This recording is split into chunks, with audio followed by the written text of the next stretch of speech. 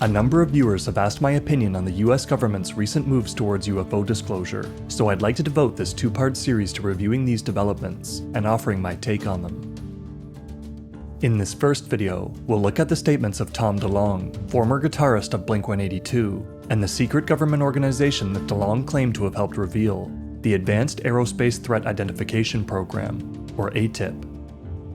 In the next video, we'll look at the statements of AATIP's director, Luis Elizondo, the UFO evidence disclosed since 2017, and the US military's UFO report from June 2021. Ultimately, I will argue that these developments do not constitute true disclosure, and do not seem to indicate that such a thing is on its way. Rather, they are part of a clever propaganda campaign devised by people deep within the US national security state. I believe that US military and intelligence officials are baiting the media into casting UFOs as a potential threat to national security in order to justify the country's engagement in the new space race with the Russians and the Chinese, and to help direct more funding into advancing aerospace technologies. But let's start with Tom DeLonge.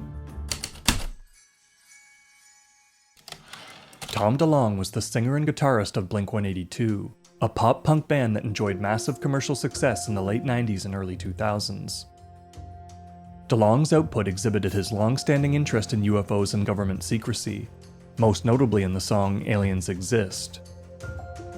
DeLonge further explored these interests in his current band, Angels and Airwaves, and got more vocal about UFOs around 2014.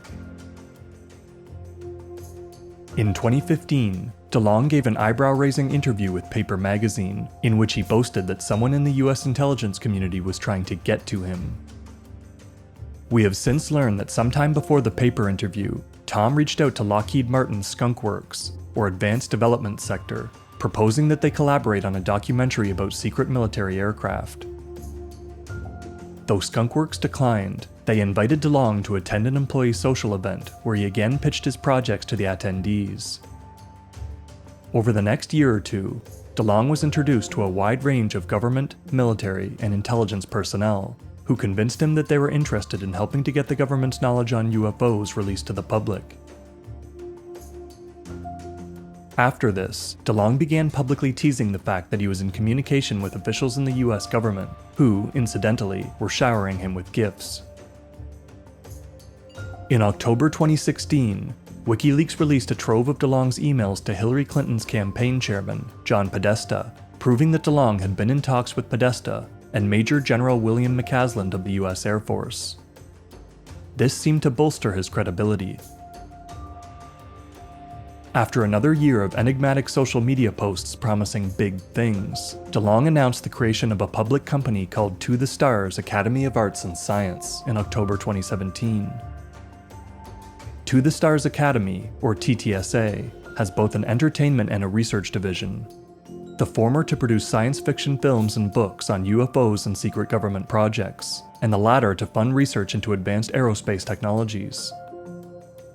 The Academy boasted an impressive roster, including Hal Puthoff, an engineer famous for conducting research into psi phenomena in the late 70s and 80s. Also on the team were Christopher Mellon, former Deputy Assistant Secretary of Defense for Intelligence, Steve Justice, former head of Advanced Systems at Skunk Works, and Luis Elizondo, a former US counterintelligence agent who had allegedly just walked out of a Pentagon job to join the team. He claimed that he had resigned from the Pentagon in protest of their excessive secrecy around UFOs. Shortly after Tom's announcement, the New York Times revealed that Elizondo once headed a program called the Advanced Aerospace Threat Identification Program, or AATIP. Journalists Leslie Kean and Ralph Blumenthal revealed that the group had operated within the Defense Intelligence Agency since 2007, though funding mostly dried up in 2012. Its goal was to assess the threat posed by UFOs, rebranded as UAPs, or Unidentified Aerial Phenomena, and to ascertain their origin. Elizondo said that he and his colleagues at AATIP had determined that UAPs were not all the creations of countries, but still needed further study. Along with these revelations, the Times published 3 thermal imaging videos from the government files that Elizondo had managed to get declassified. The Department of Defense released these videos themselves in 2020 and confirmed that they were genuine recordings of unidentified flying objects. DeLonge used his company's entertainment division to communicate the reasons for previous government secrecy around UFOs, and the reasons for disclosing these secrets in the 21st century. Through his books, speeches, and a widely ridiculed appearance on the Joe Rogan podcast in October 2017, DeLonge explained that the US government only hid the truth on UFOs to protect the public from panicking, and to buy the military time to develop technologies that could defend us from whatever threat that the UFOs might pose.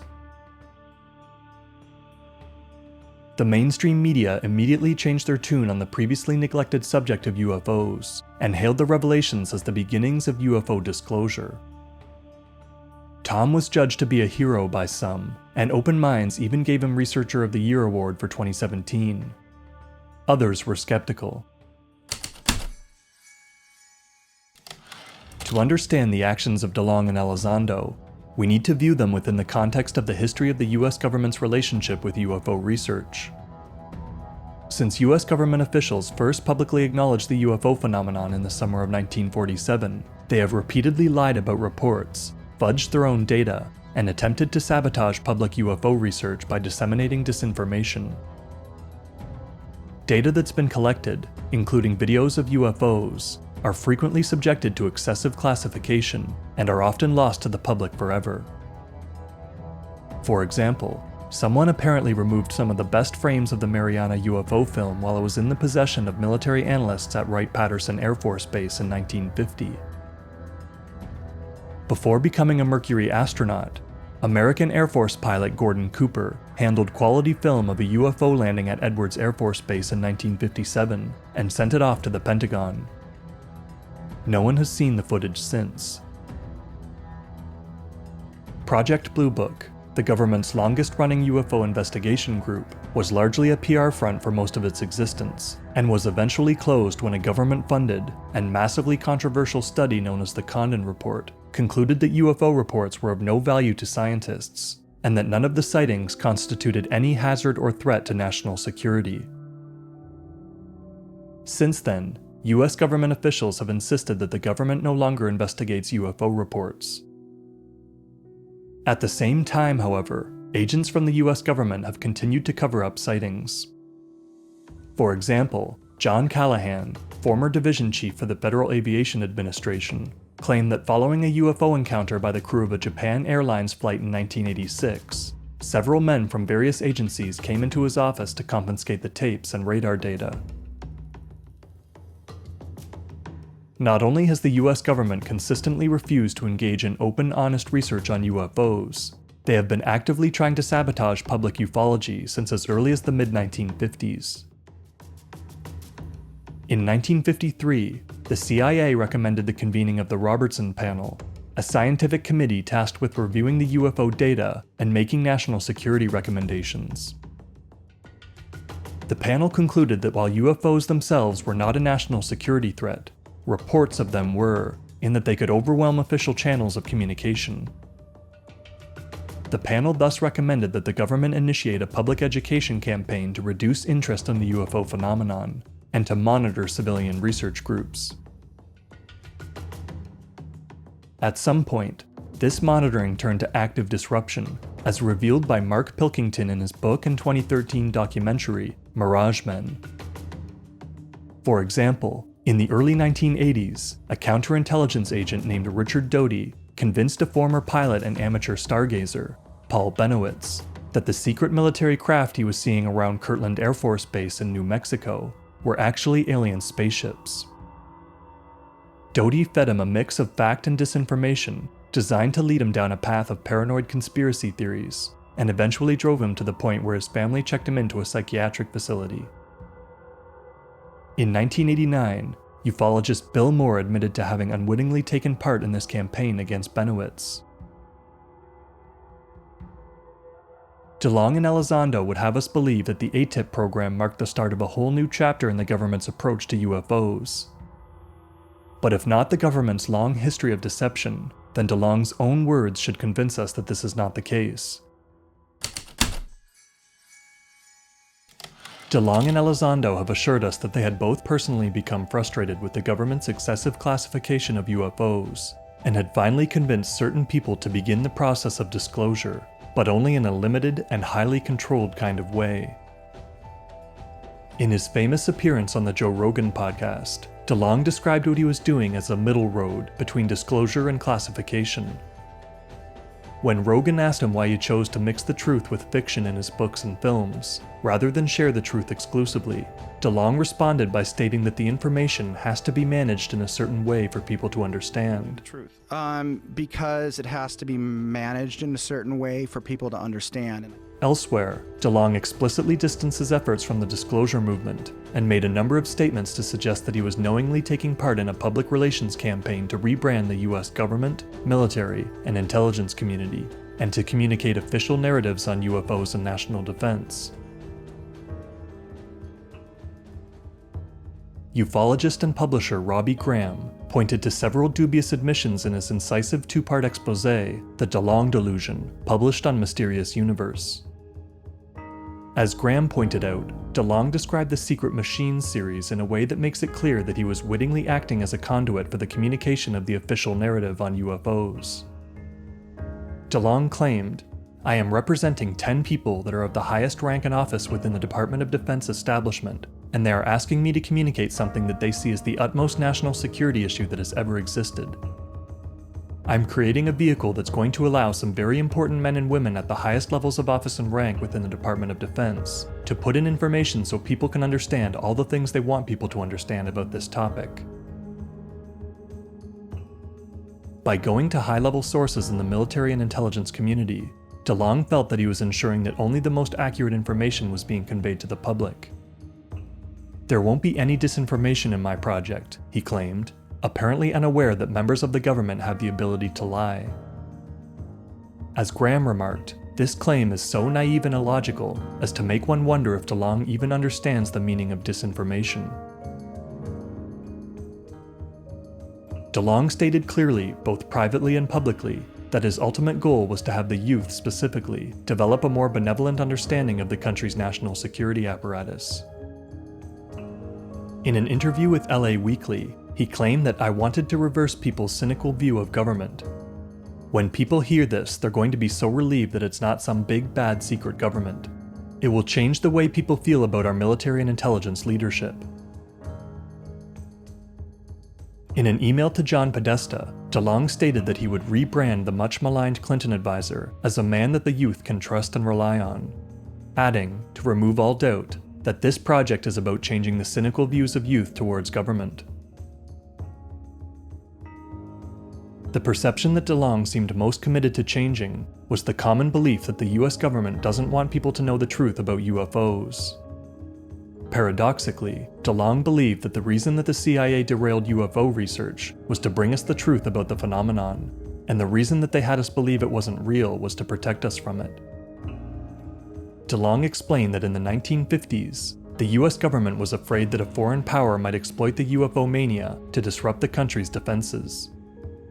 So the CIA said, "We better get in there and make everyone go crazy, but at least it's controlled, and when we're in charge, we can slowly let people know the phenomenon is real.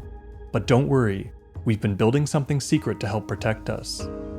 It's a crazy thing, but it's real."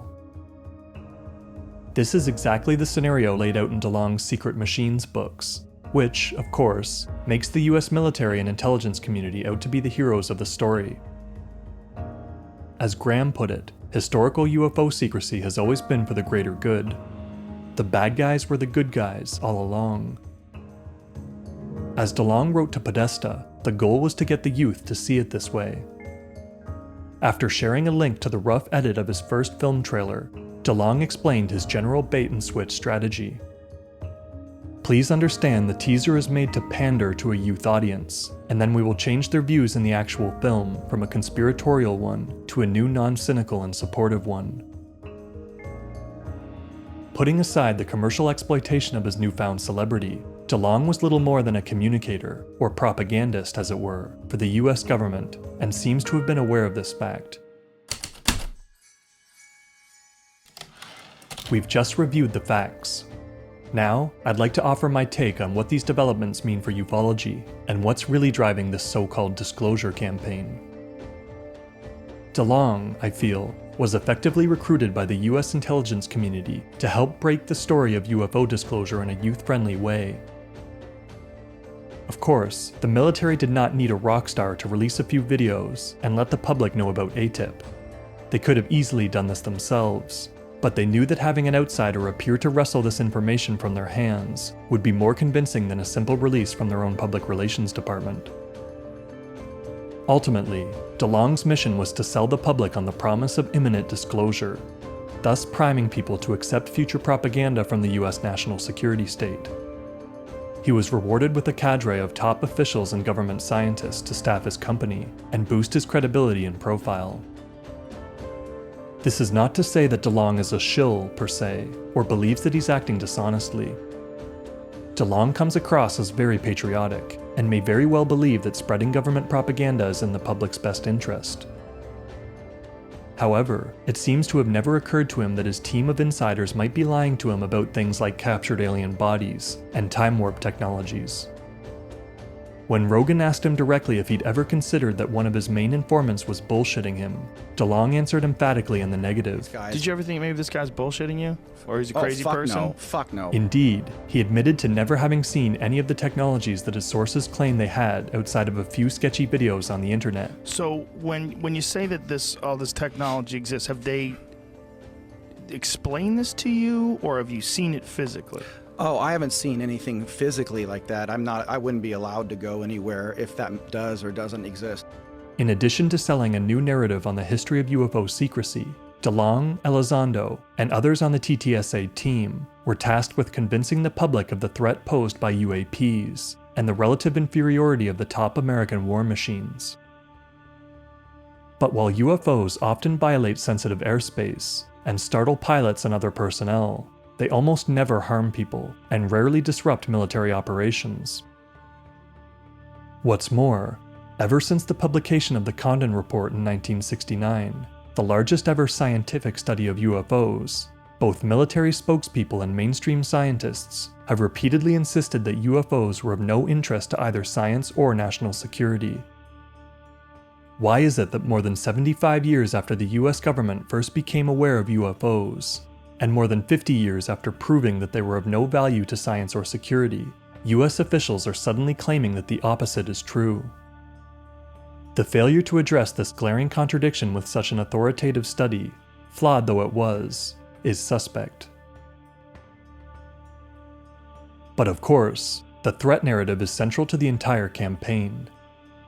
By assuming a purely nuts and bolts explanation for UFOs, and presenting them as threats to national defense, as opposed to subjects of scientific investigation, the national security state is attempting to claim them as their domain, exclusively.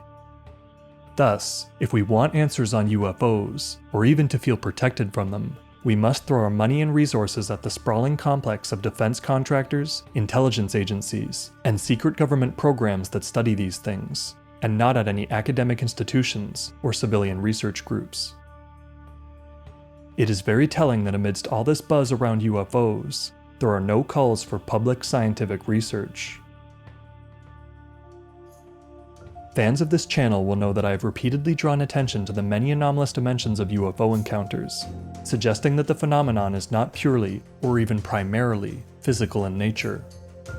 DeLonge and Elizondo completely ignore all the psychic, fantastical, and even spiritual elements of the UFO phenomenon, in order to force it into a purely technological framework.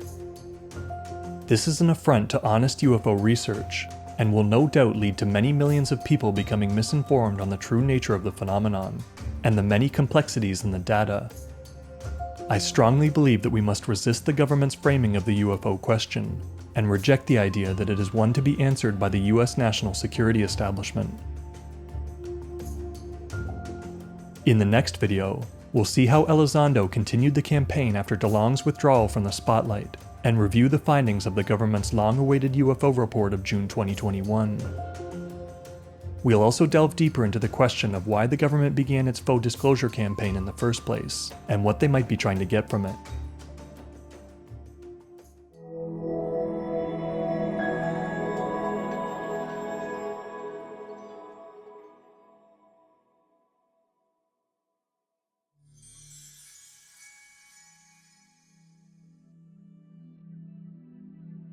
YouTube is hiding our videos now, and ad revenue is way down from what it was. Help us keep making these videos by pledging a monthly donation on Patreon, or sending a tip at buymeacoffee.com or PayPal.